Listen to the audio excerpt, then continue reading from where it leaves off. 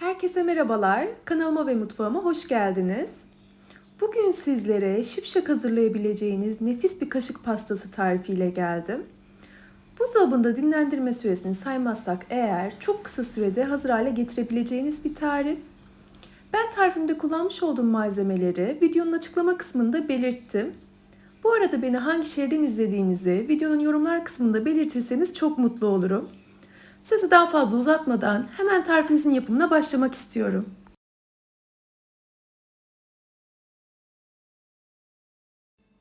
Uygun bir tencereye 5 su bardağı yani 1 litre sütü alalım. İçerisine 1 su bardağı toz şekeri ilave edelim. Kullandığım su bardağının ölçüsü her zaman olduğu gibi 200 mililitre yani klasik su bardağı. Ardından 3 tepeleme yani dolu yemek kaşığı unu ekliyorum. 2 dolu yemek kaşığı da nişasta ekliyorum. Ben buğday nişastası kullandım. Mısır nişastası da kullanabilirsiniz. Özellikle kaşığı ne kadar doldurduğumu görmenizi istedim. Onun için direkt kaşıkla ekledim. Tepeleme olacak kullandığınız kuru malzemeler. Dolduracaksınız yani kaşığı. Sonra bu malzemeleri homojen hale gelinceye kadar ocağın altını açmadan karıştıralım. Karışım tamamen homojen hale geldikten sonra ocağımızın altını açabiliriz. Şu an ocağımın altını açtım ve sürekli karıştırarak pişiriyorum. Karıştırmayı hiç bırakmayın çünkü topaklanma yapar. Kaynayıncaya kadar bu şekilde karıştırmaya devam edeceğim.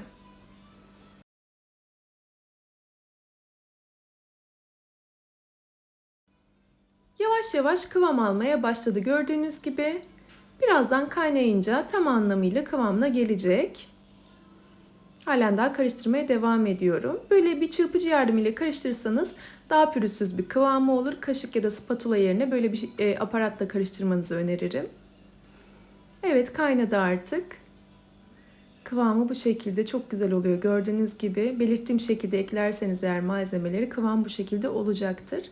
Ocağımın altını kapattım. Bir silme yemek kaşığı kadar tereyağı ya da margarin ekleyin. Bu aşamada tekrar karıştırın. Son malzememiz buydu. Eriyinceye kadar karıştıralım bu şekilde.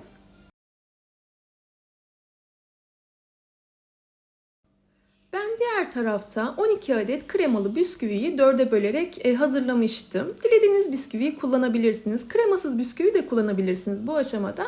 Ben Oreo bisküvi kullanmayı tercih ettim. Böyle renk olsun istedim hem. Kakaolu olsun içerisindeki malzeme istedim. 12 adet yeterli geldi. Sizler dilerseniz daha bol miktarda da kullanabilirsiniz. Biraz daha kaldırabilir çünkü. Bu malzemeleri de ekledikten sonra kremamız halen daha sıcak. Asla soğumasını beklemiyoruz. Çünkü bisküvinin de biraz yumuşaması gerekiyor. Güzelce karıştırıyoruz. Tek tek şekil vermekle uğraşmıyorum. Gördüğünüz gibi bisküvileri de içerisine ekleyerek şipşak hazır oluyor. Uygun bir kabın içerisini ıslattım. İçerisine su doldurun. Böyle her yerine gelecek kadar nemlensin. Sonrasında içerisindeki suyu boşaltın. Nemli olsun iç kısmı. Alırken rahat alalım. Ardından hazırladığımız karışımı içerisine alarak üzerini düzeltelim. Kullandığım kabın ölçüsünü açıklama kısmına yazarım. Oda ısısında soğumaya bırakalım. Bu şekilde direkt buzdolabına kaldırmayın çünkü halen daha çok sıcak. Oda sıcaklığına eriştikten sonra üzerine ganajını ekleyeceğiz. Diğer tarafta ganajı da hazırladım. Yarım paket kremayı uygun bir cezveye aldım ve kaynama noktasına gelinceye kadar ısıtacağım. Yarım paket krema 100 mililitre oluyor. Yarım paket tam olarak ideal oluyor bu tarif için.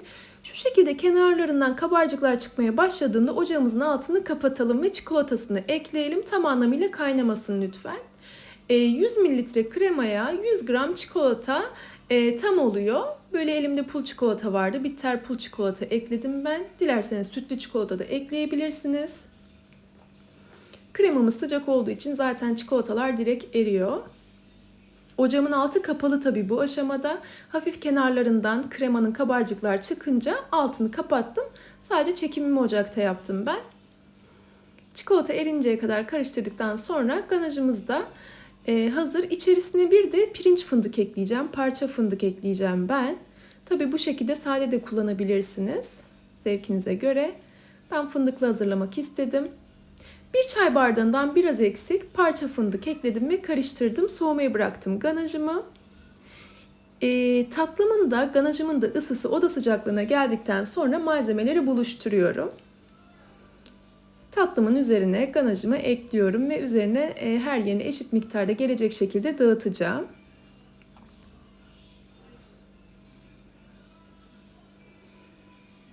Şu anki haliyle bile gerçekten çok iştah açıcı görünüyor. Çok lezzetli bir tarif oluyor. Aynı zamanda sütlü tatlıları sevenler bu tarifi bir defa denesinler derim. Sunumu da lezzeti de gayet güzel oluyor. İftar sonrası için de harika bir alternatif bence. Artık tatlımızı buzdolabına kaldırabiliriz. Üzerini kapatalım ve buzdolabında en az bir 3 saat kadar dinlendirelim. Ben akşamdan hazırlamıştım. Ertesi gün servis ettim. Bu tarz tatlıları her zaman belirtiyorum. Geceden hazırlıyorum oğlum uyuduktan sonra. Ertesi gün sabah olduğunda da ya da öğlene doğru servis ediyorum. Çünkü bu tarz tatlılar ne kadar çok dinlenirse o kadar güzel, o kadar lezzetli oluyor. Kıvamı güzelleşiyor. Şöyle kıvamını görünce bana hak vereceksiniz zaten.